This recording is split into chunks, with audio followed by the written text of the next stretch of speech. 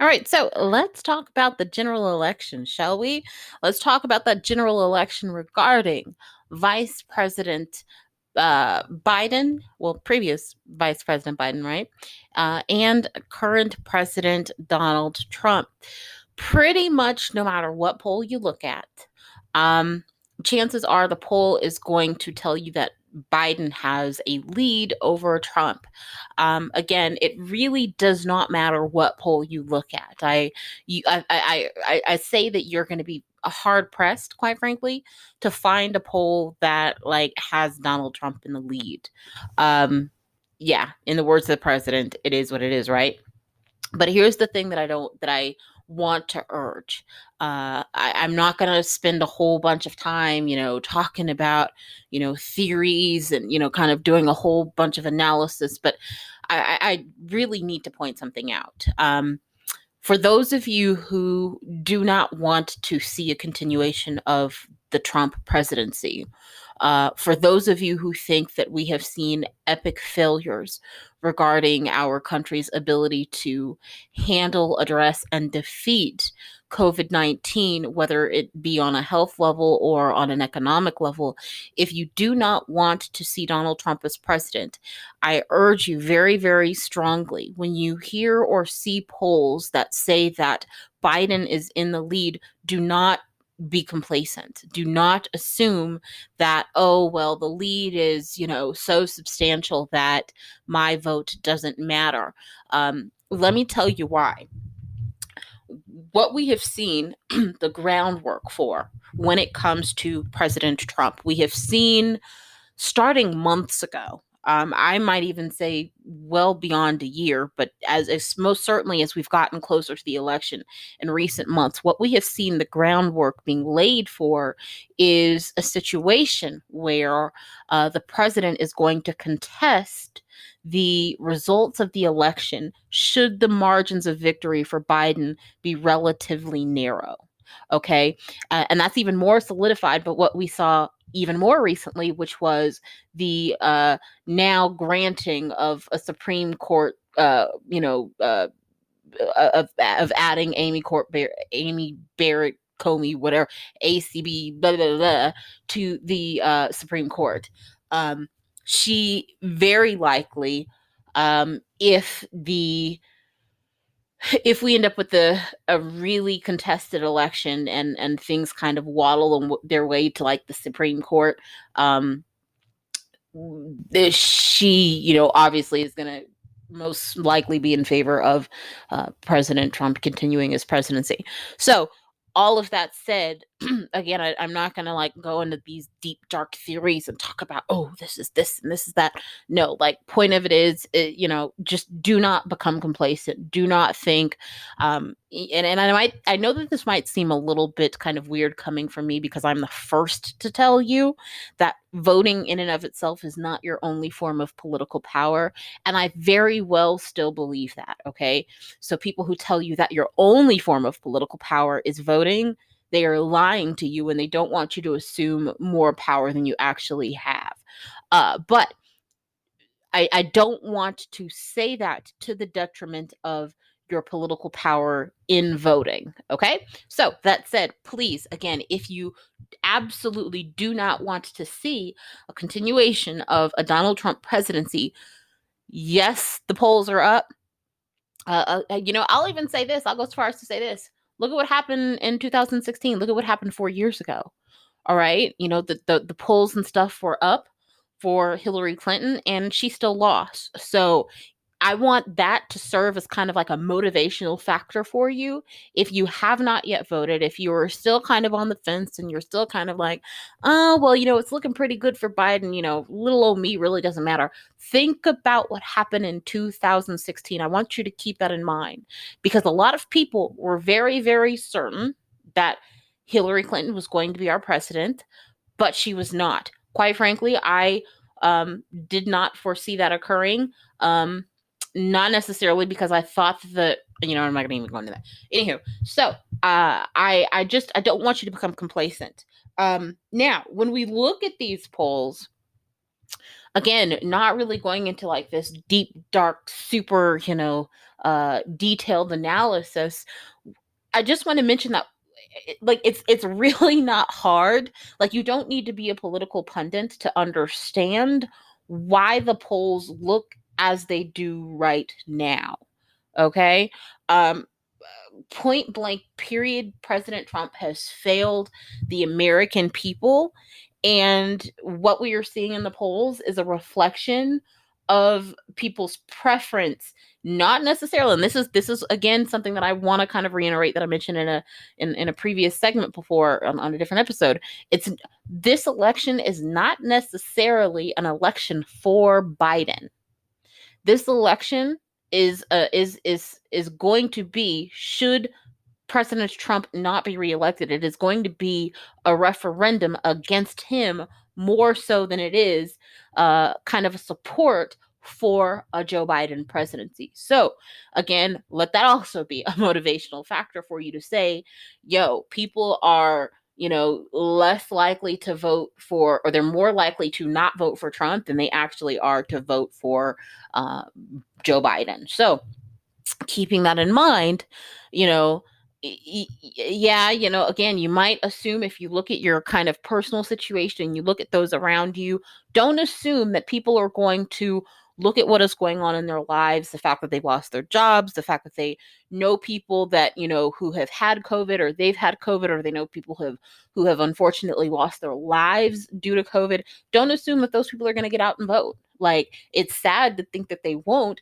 but don't assume that they are going to. And so take it upon yourself, as you think about what's going on in your situation, as you think about what's happening with you. Take it upon yourself to say, you know what? I can't, and make necessarily people get up and vote, but I can get up and I can go vote myself. Now, there are ways that you can influence, not necessarily if people vote, but kind of how they vote. But it's another subject for another day. But in this instance, again, you can control you voting. So please, please, please do not be complacent. And related to kind of our focus as an organization, right? We focus on COVID-19 economic stimulus and relief. That is the only issue we are currently focused on. We're not focused on abortion. We're not focused on welfare reform, illegal immigration, none of those social issues. Not saying that they don't matter, but in this moment, before any of those things even matter, we first need to make sure that we have a country that is alive, healthy, and economically sustainable, right? And we can only get that if we get sufficient COVID-19 economic stimulus and relief. So, that said, if you, again, kind of tying it back to, at least, you, not saying you necessarily want a Joe Biden presidency, but if you know for a fact that you do not want to see a continuation of what we have had with President Trump regarding the handling of COVID-19, I want you to remember that when you think about the fact that we do not have a stimulus right now, and you think about why I've talked many, many times about why we don't, and I'm not going to rehash that out. If just in summary, 2 words, Mitch McConnell, no, 3 words, Mitch McConnell pause, or pause, Mitch McConnell, or Mitch pause McConnell. That's maybe his new name, right? So if you think about why we do not have a stimulus package, and if you think about the fact that we need a stimulus package passed, when you think about what's going on with the economy, when you think about not just even like the broader economy, but your personal economy, your best hope for getting something that is going to stimulate you directly, like not stimulate businesses and hope it kind of trickles down, not stimulate in the form of a payroll tax cut that is optional, that most employers aren't going to really even go for to begin with because they're going to have to pay it back at some point.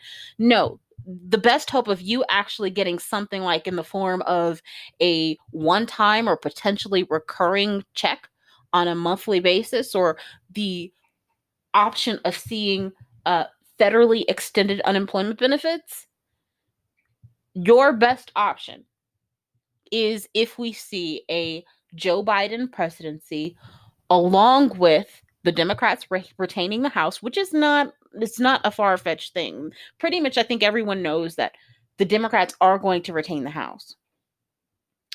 But in addition to that, what we also need is we need Democrats to, if they don't take control of the Senate, and that would be optimal, at the very least, they need to pick up more seats in the Senate.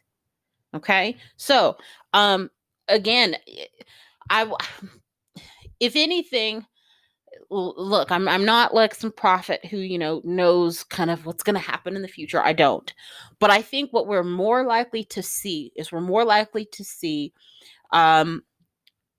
Trump lose the presidency and Mitch McConnell retain control of the Senate, a controlling majority in the Senate. If we see that, that is going to be all bad. And it sucks because I'd love to see him unseated. I'd love to see Mitch McConnell unseated since he is up for re-election. But somehow, some way, I know how. There's low voter turnout in Kentucky, and that, quite frankly, has aided, especially when you look at what happened in 2014. Low voter turnout, it basically handed Mitch McConnell his seat yet again on a silver platter. And I'm really hoping that if you are in Kentucky, or if you know people are in Kentucky, that you really understand how your elected official, how your senator has not just negatively impacted your state, but he is essentially holding the entire freaking country hostage. Right? And he's in some ways also holding a seat hostage, and y'all need to liberate it and just like let it go. Right? He's held it for far too long, and he needs to just let it go, right? So that said, all of that said, get out there and vote, because again, our best hope for seeing any type of stimulus that is going to personally impact you, like in a very direct way, not in like a trickle down, oh, you'll feel it in some sort of way, or you'll get a few extra nickels and cents and pennies with every, paycheck. No, if you actually want to see receive that check in the mail, if you actually want to see more contact tracing, if you actually want to see more testing, if you want to see a lot of things that are not necessarily optional, but pretty darn required given the current circumstances, we need to see, again, Joe Biden as president, and we also need to see Democrats retain the House, and we need to see, if we cannot take the Senate, we need more seats in the Senate. That way, we can get some votes from the Senate to join votes with the House to go ahead and pass a stimulus package. Because remember, no portion, no chamber, no body of Congress can pass stimulus on its own, including the presidency, which is why any of you who hear Donald Trump say, oh, reelect me and I'm going to give you the biggest, bestest, most believable-est, greatest, darnest stimulus package America has ever seen. It's going to be the biggest. He can't do it by himself, right? He absolutely can't. And this is why we've seen, even if he has said in recent times that he's willing to go along with Nancy Pelosi and he wants bigger numbers, it hasn't happened, not necessarily because he genuinely doesn't want it, because I've pointed out before, he's at odds with Republicans. Like, there's a lot of infighting going on there. But it hasn't happened because he can't make it happen on his own, right? And a lot of people, this should be a civic lesson to those of you who believe that the president is this like kind of authoritarian figure who can really do whatever the heck he pleases. Newsflash, he can't, right? If Obama couldn't give us health care that was afford, because and it really boggles my mind how we call it Obamacare when, quite frankly, this was really not at all. The Affordable Care Act was more modeled after what Republicans wanted and nowhere near what Democrats actually wanted, given kind of the record number of filibusters we had seen at the time, so on and so forth. But I'm not going to go on that tangent. But so all of that said, get out there and vote. Don't be complacent. And this does not just apply at the top of the ticket. This just does not apply. It does not apply that it is only necessary for you to vote in favor of certain politicians at the top, because as we see, the top in and of itself just doesn't matter. If your values don't also carry over to your down ticket votes, your senators, your House representatives, if those people aren't the right people in office, it doesn't matter who you put at the top of the ticket anyways, because all they will do is exactly what Mitch McConnell has done, which is obstruct, obstruct, and obstruct. And we've had enough obstruction.